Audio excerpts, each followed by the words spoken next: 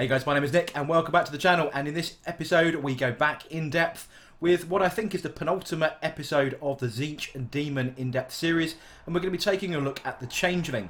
Now the Changeling is one of the final HQ choices. I've still got the Blue Scribes to cover, and that will probably be the last unit that we cover in this series. And as usual, we're going to go through his data slate. Can we make him any better? Can we buff him with any other kind of characters, stratagems or anything else? Is he any good? And, you know, ideas on how to use him in a regular game of 40k, and if you're playing against him, what's the best counter to him? So let's get straight into the video.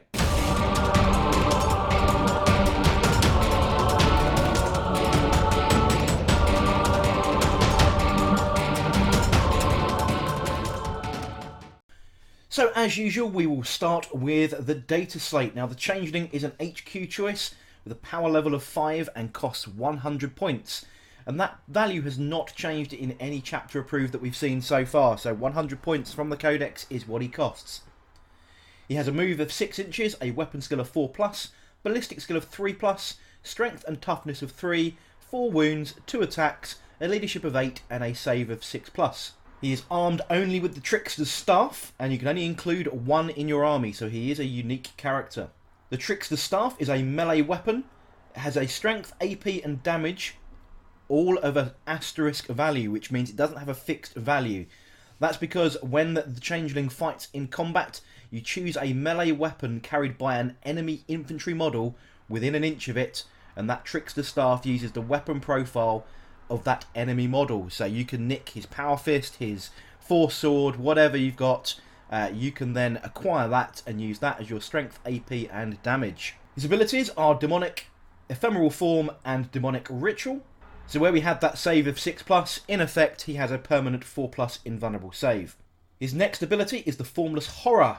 When the Changeling fights, you can choose an enemy infantry model within an inch, very similar to the Trickster's Staff, but this time you're going to steal his weapon skill, strength, toughness and attacks characteristics until the end of the phase. So if you're in combat with a Space Marine Captain, for example, or pretty much most enemy characters these days, your weapon skill is suddenly going to become 2+, your strength is going to become 4 or 5 maybe, and your attacks characteristics is going to go from 2 up to sort of 4 or 5 depending on that character you're fighting. Also note your toughness will increase as well, and most Space Marines being toughness 4, sometimes toughness 5 depending on the type of armour mark. Equally, you can also nick a Xenos weapon, you know, if you're fighting a Necron Lord and you want to have his staff, you can nick that as well. His final ability is the Locus of Transmogrification. Now this is his aura ability. Roll a d6 each time a friendly Tzeentch demon model within 9 inches of the Changeling loses a wound. On a 6, that model is surrounded by a twisting aura of change and does not lose the wound. Basically, it gives a 6+, feel no pain for stuff within 9 inches of the Changeling. The Changeling is a Psyker and can attempt to manifest 1 psychic power in each friendly psychic phase and attempt to deny 1 psychic power in each enemy psychic phase. It knows Smite because he's a Psyker and everybody knows Smite, and 1 power from the Tzeentch discipline. His faction keywords are Chaos, Tzeentch and Demon, and his keywords Character, Infantry, Psyker, Herald of Tzeentch, Horror, the Changeling. So based purely on the data slate, is he sort of okay-ish? I mean, he's 100 points, he's not the cheapest HQ option that you can be taking. A Changecaster does come in a little bit cheaper, even with a Staff, for example. I mean, he has a full-powered Smite, so that's not terrible. But in effect, he's a fairly cheap HQ. He offers a limited buff with that D6 Feel No Pain, which does mean that you need to keep all your Tzeentch demons pretty close to him. And a lot of your offensive characters and offensive units within a Tzeentch demon army are a little bit quicker than the Changeling. He's only got a move of 6. A lot of your stuff is pretty nippy. Demon Princes with wings, Screamers and so on are all going to be outpacing this guy, leaving that aura quite behind. But it is a 9-inch aura. A lot of auras in this game are only 6 inches, so 9 inches, you have to remember that is, you know, the magic number of Tzeentch, is a little bit of an advantage. But overall, I'm finding him pretty meh. He's okay, and with all of his abilities, you want to get him in combat. This is the key where he comes into his own, facing against tough infantry with big, stupid weapons. You're going to have the ability to steal those weapons and then beat the enemy back with them. So trying to get him into combat, Yeah, you could easily achieve that. You know, you want to maybe surround him with pink horrors and get him in the fight that way. But on the whole, he's nothing special. He's okay. The original index rules, before we had codexes came out, that locus of transmogrification was awesome. Instead of being a 6+ feel no pain, it was basically -1 to hit every unit within 9 inches. Now -1 to hit in 40k 8th edition is epic. That was deemed a little bit OP, so they've reduced it to a feel no pain roll. It is the only way I believe you can get feel no pain in a Tzeentch Demon army. So if you're going to be running a larger army, you know, maybe 2,500 to 3,000 points, you might want to stick him in there just to get those detachments going. But all in all, I'd rather take another Changecaster. But that's just my personal preference. But as usual with this series, can we make this guy any better? And what is the best way of killing him? So let's get straight into those pieces. First off, are there any buffing characters that you can run near him? So things like the Changecaster's Locus of Tzeentch. You're adding one to the strength characteristic of a Tzeentch Demon, which the Changeling is, so he can be affected by it. But again, if you're stealing other characters' strength characteristics, is there any point to that? Probably not. Equally, you're not really going to benefit from Kairos's or the Lord of Change's Greater Demon ability, where you get to use their leadership because he's a character, so he doesn't get affected by that. So that really leaves your standard Demon Prince ability, where you get to reroll ones for friendly Tzeentch Demon units within 6 inches of a Demon Prince. So that can really help when you're in combat and you've already stolen the enemy's super best weapons within that enemy unit, such as a Sergeant's Power Fist or a character's super weapon, for example, and then you're going to get that reroll, especially when you're on a 2+ to hit, which is, you know, most likely, if that's going to be the type of unit you're going to be fighting against, you're going to get those reroll to 1. So that's probably going to be the best bet here. Don't forget the Tzeentch Demon's Demonic Loci as well, the Tzeentch Locus of Trickery, where you're rolling 2 dice at the start of each fight phase. Discard the highest result until the end of that phase each time your opponent targets a Tzeentch Demon within 6 inches of a friendly model with the Locus of Trickery. Makes a hit roll after re-rolls, but before modifiers matches your remaining dice roll, that hit roll fails. So he has a little bit of added defense when you're being fought against, but in my experience, the dice roll are too random for this, and you just completely end up forgetting to use it. So never rely on the Locus of Trickery, but it is something there if you are going to be melee focused in your Tzeentch Demon army, that always watch out for that ability.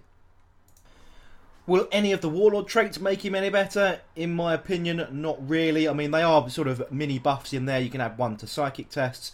You can get Perils of the Warp ignored on a 2+ and so on. But in my opinion, running the Changeling as your Warlord isn't really going to offer you any extra offense to your army. You're going to be better off with Demon Princes and so on that were going to be your Warlord, because they're going to benefit a little bit more. So I'd ignore the Warlord traits for this guy. Are there any stratagems that can benefit him?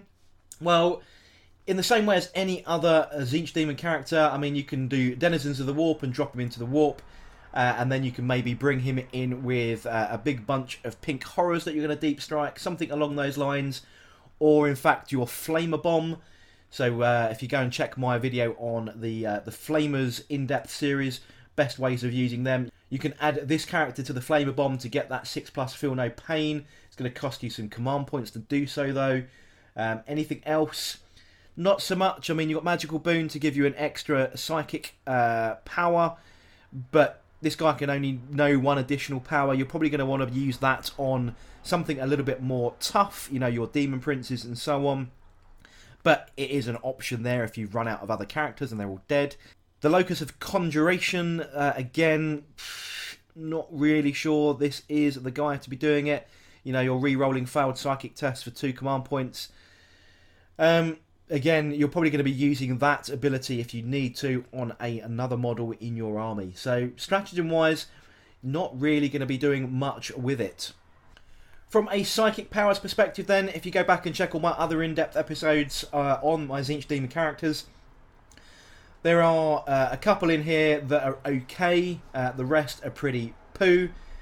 In effect, Gaze of Fate is always my go-to choice. It's basically a free command point on a warp charge value of 6. You can get a free reroll later in that turn. So your reroll command point that you normally use in every phase, you're going to get for free. Well, it's going to cost you a warp charge of 6. But equally, are you going to be wanting to cast Smite as much as possible? More than likely. So again, Gaze of Fate, probably the one to take, and then it gives you a chance to take something else on your other characters, but you are so limited with the psychic powers in one of the most psychic armies in the game, in theory, in the background. Yeah, their psychic powers are pretty poo. So, yeah, Flickering Flames, Gaze of Fate, all those kind of stuff that I've mentioned before, they're probably the best ones, but you're probably going to be wanting to take those on other psychers in the army. So what's the best way to use him? Well, realistically, you're going to want to use him for that 6+ Feel No Pain, and then try and use him as a counter rather than super offensive in your trying to get him into melee to use those abilities of Formless Horror and the Trickster's Staff. 6+ Feel No Pain across large blobs of demons does give you that extra save. Yes, you're not a Death Guard, you're not going to be blessed by the powers of Nurgle with a 5+ Feel No Pain. 6+ is okay. So realistically, to get the most out of that, you want to put in with lots of large units or very valuable units just to give you that one opportunity to save some of those big points of damage that you might be taking on your other characters. So he has his place. I don't think he has his place in any competitive environment because he's just a little bit too random, and you're probably better off trying to smite the hell out of the enemy. So for me, taking him in bigger points games, very characterful, very flavourful. So narrative-based games, yeah, why not? Let's go with the Changeling. But if you're looking for competitive advice, my advice is not to bother. Equally, if you are facing against the Changeling, is there a way to kill him? He only has 4 wounds. He has a 4+ invulnerable save, so he can be killed basically by one gun that does d6 damage, or at least inflicts 4 wounds of damage in a single go. So a 50-50 save and he will be gone. Probably not best to try and face him in combat unless you're just going to mob him with stuff that doesn't have any fancy weapons in it, because otherwise he'll steal your weapons, and if he charges you, he'll be going first. But you can always charge him and then just try and get through that 4 points of damage and he will be gone. Or of course just resort to sniping him off the board with something that can pick out characters. Space Marine Eliminator is very good for that, of course. And anything else with a sniper ability. 4 wounds isn't going to last very long. But on the whole, really, until he gets a bit closer to you, you could probably just ignore him. So overall, what are my opinions then? As I said a little bit earlier, you know, not competitive, but very characterful for a Tzeentch Demon army. He's quite flavourful, you know. He does epitomise a little bit of Tzeentch here with his varying abilities. You know, he can just nick your weapons, and you can just imagine him sort of transmogrifying, you know, his arms and his abilities, and suddenly he's got this, you know, massive sword in front of him, or generates a giant power fist out of his warp-torn magic. So from a character perspective, yeah, pretty exciting, pretty cool. From a gameplay perspective, I'd leave him on the shelf. So there we go then, guys. That is the in-depth series of the Changeling all covered. As you can tell, yet another meh kind of unit for the Tzeentch Demons. The whole codex, to be honest, is just a little bit... could be better, right? For one of the most psychically enhanced or psychically powerful factions in the 40k universe, they're just a bit unreliable, a bit. Do you know what I mean? Yeah. I still love them. I think the lore is fantastic. The background is great. Just on the tabletop, they're just missing something for me to make them, you know, that bit cutting edge, that bit spectacular, which is what they should be on the tabletop. But I hope you learned something new. I hope you enjoyed this series. If you are enjoying the series, don't forget to click that little subscribe button, press the bell notifications, and all that good stuff. And if you agree or disagree, leave some comments in the section below. But until next time, I shall catch you guys on the next video.